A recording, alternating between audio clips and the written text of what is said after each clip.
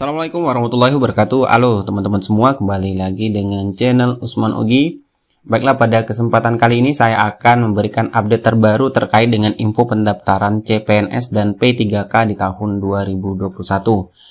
Bagaimana kita ketahui bahwasanya info terakhir yang kita dapat, pembukaan akan dibuka pada pertengahan bulan Juni. Nah, untuk membuktikannya, di sini saya sudah membuka portal sscsn.bkn.go.id. Nah, apabila kita ingin mendaftar, tentunya kita akan membuat akun terlebih dahulu. Di sini saya klik buat akun, maka tampilannya masih seperti ini. Artinya, Panselnas atau BKN masih melakukan persiapan untuk pendaftaran CPNS maupun P3K 2021. Dan info yang terbarunya untuk terkait dengan pendaftaran sudah kita dengar bersama-sama. Kemarin ada sosialisasi terkait dengan peraturan pengadaan ASN tahun 2021 terkait dengan Permen RB nomor 27/829 untuk CSN di tahun ini.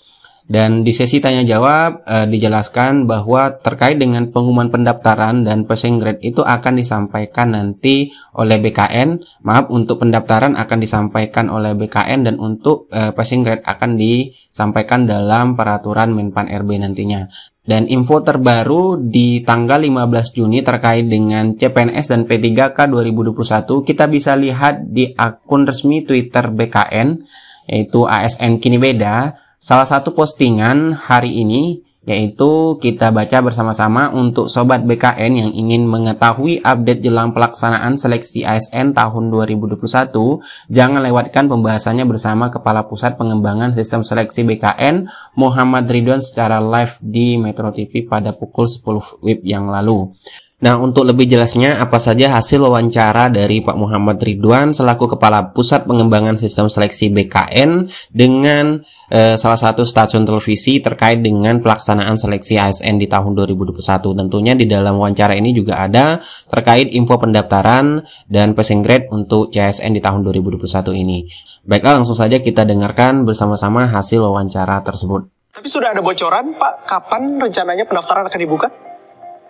Bocoran rembesan pasti ada, tapi nanti waktunya akan kami sampaikan. Itu nanti akan disampaikan oleh Kepala BKN sebagai Ketua Panselnas, dan ada waktu yang cukup untuk melakukan membaca, memilih informasi, dan mendaftar dengan daring. Informasi pendaftarannya juga sudah ada, bisa diakses dari lamannya BKN atau di sosial medianya juga ada ya? Di sosial media, di laman BKN yang tadi saya sebutkan, sscsn.bkn.go.id, serta jangan lupa di instansi tempat kita tertarik untuk melamarkan atau menjatuhkan labuan hati pekerjaan, itu juga sudah mulai beredar. Jadi silakan dikunyah-kunyah dulu mana yang kira-kira cocok tidak gitu. Kemudian setelah itu dipilih-pilih, akses sudah terbuka semua misalnya, dan akhirnya memilih. Ya. Sekarang kita harus melakukan seleksi ASN di era pandemi.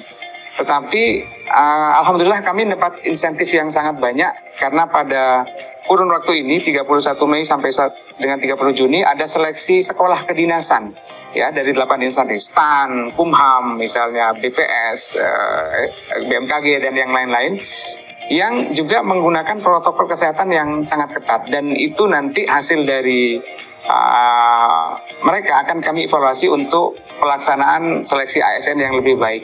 Misalnya dengan ada yang sudah positif, jelas-jelas positif sebelum ikut tes ya, kemudian kami pindahkan ke setelah isoman dan sebagainya. Ini nanti akan jadi masukan berharga bagi pelaksanaan seleksi ASN. Mas Abdi, dalam kesempatan ini saya ingin menyampaikan mari putra-putri terbaik bangsa mengikuti seleksi ASN ini. Mudah-mudahan Anda semua bisa bergabung dengan kami gitu ya, dan menjadi pelayan-pelayan terdepan di reformasi birokrasi di negeri ini.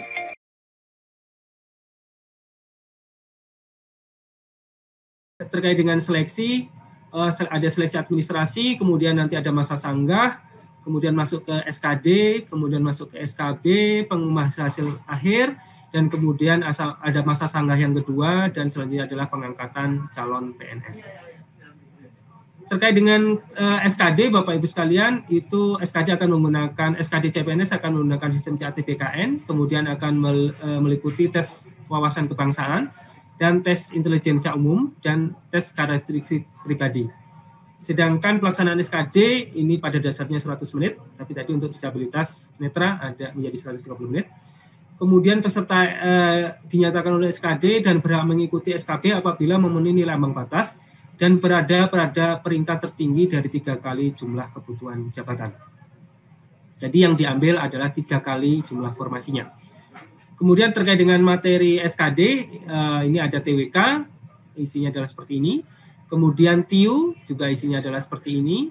TKP isinya adalah seperti ini. Hanya ada satu tambahan yang di TKP yang membedakan dengan tahun lalu, yakni ada kita perkuat dari unsur anti radikalismenya. Jadi di tahun ini ada materi-materi yang penguatan terkait dengan anti radikalisme. Kemudian ketentuan terkait dengan SKB CPNS, ini tadi juga kami sudah sampaikan bahwa pada dasarnya SKB menggunakan sistem CAT-BKN dan kemudian durasi waktunya adalah 90 menit. Kemudian kalau diperlukan SKB tambahan, panitia seleksi harus membuat pedoman yang pelaksanaannya disampaikan kepada Menteri Pan-RB untuk mendapatkan persetujuan terlebih dahulu. Kemudian beberapa hal terkait dengan SKB tambahan sesuai dengan Permenpan yang ada, bahwa seandainya SKB tambahan tersebut dilakukan, maka SKB dengan CAT merupakan nilai utama dengan bobot paling rendah adalah 50% dari nilai SKB secara keseluruhan. Kemudian tes wawancara pada SKB selain dengan sistem chat diberi bobot paling tinggi 30%, jadi tidak boleh lebih dari 30%. Dan kemudian ketentuan bahwa apabila terdapat tes berupa uji penambahan nilai dari sertifikat kompetensi, maka diberikan bobot paling tinggi 20% dari nilai SKB secara keseluruhan. Sedangkan pada instansi daerah bisa menambahkan SKB tambahan tapi bukan dalam bentuk wawancara. Kemudian apabila menambahkan dengan SKB tambahan, maka bobotnya tidak boleh lebih dari 40%. Selanjutnya beberapa jenis bentuk SKB tambahan tersebut adalah psikotes, tes potensi akademik, tes kemampuan bahasa asing, tes kesehatan jiwa, tes kesegaran jasmani atau tes kesamaptaan, tes praktek kerja, uji penambahan nilai dari sertifikat kompetensi, wawancara, dan garis miring atau tes lain sesuai dengan persyaratan jabatan. Selanjutnya terkait dengan pengolahan nilai akhir, Bapak Ibu sekalian, bahwa secara ketentuan masih berlaku kelulusan ditentukan oleh 40% dari nilai SKD, ditambahkan dengan 60% dari nilai SKB. Kemudian jika pada kesempatan terakhir setelah integrasi tersebut masih terdapat nilai yang sama, maka penentuan kelulusan akhir dilakukan secara berurutan didasarkan pada pertama adalah nilai kumulatif SKD-nya yang tertinggi. Jadi nilai total SKD-nya tertinggi dulu yang akan kita utamakan kalau terjadi kesamaan nilai.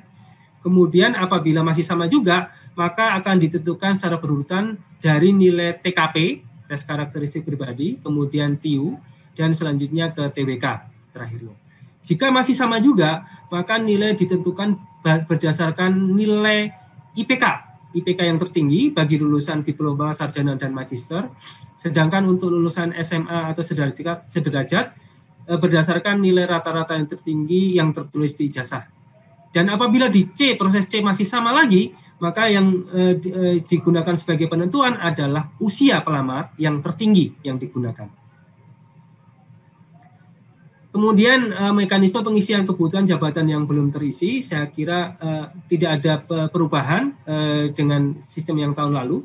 Jadi nanti kalau ada kebutuhan umum yang belum terpenuhi, maka bisa diisi dari pemenuhan khusus sepanjang jabatan, kualifikasi, pendidikan, dan unit kerja penempatannya sama, serta memenuhi PG SKD, passing grade SKD, jenis formasi umum, dan berperingkat terbaik. Begitu juga kalau khusus ada yang kosong, maka bisa diisi dari umum maupun dari formasi khusus lainnya.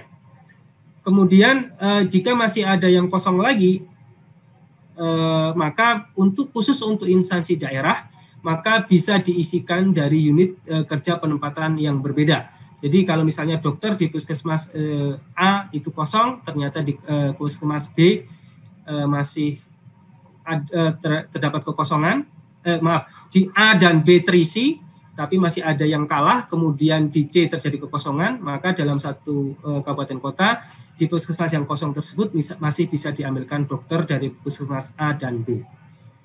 Kemudian bagi instansi pusat itu juga bisa melakukan pengelompokan, Jadi pengelompokan untuk unit penempatan lokasi kebutuhan yang sama, maka nanti pengisian kebutuhan jabatan yang belum terpenuhi hanya diberlakukan pada kebutuhan jabatan yang telah dikelompokkan tersebut.